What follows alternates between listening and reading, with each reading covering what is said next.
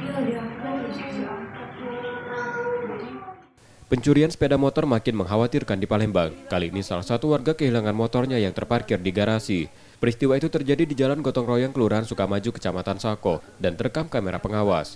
Pencurian dilakukan 3 pelaku. Mereka berbagi tugas. 1 pelaku menunggu di depan pagar dan 2 lain yang melakukan eksekusi. 2 pelaku memanjat tembok dan merusak pintu garasi. Kemudian motor dalam kondisi terkunci diangkut keduanya keluar pagar.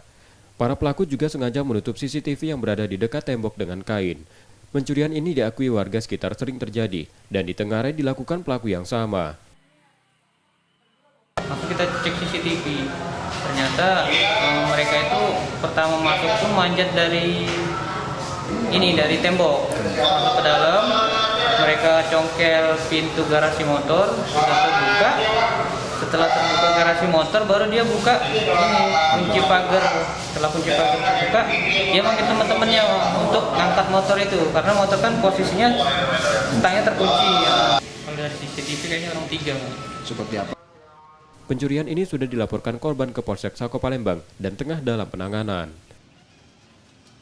Reski Oktora, Muklas Diferensial, Kompas TV, Palembang, Sumatera Selatan.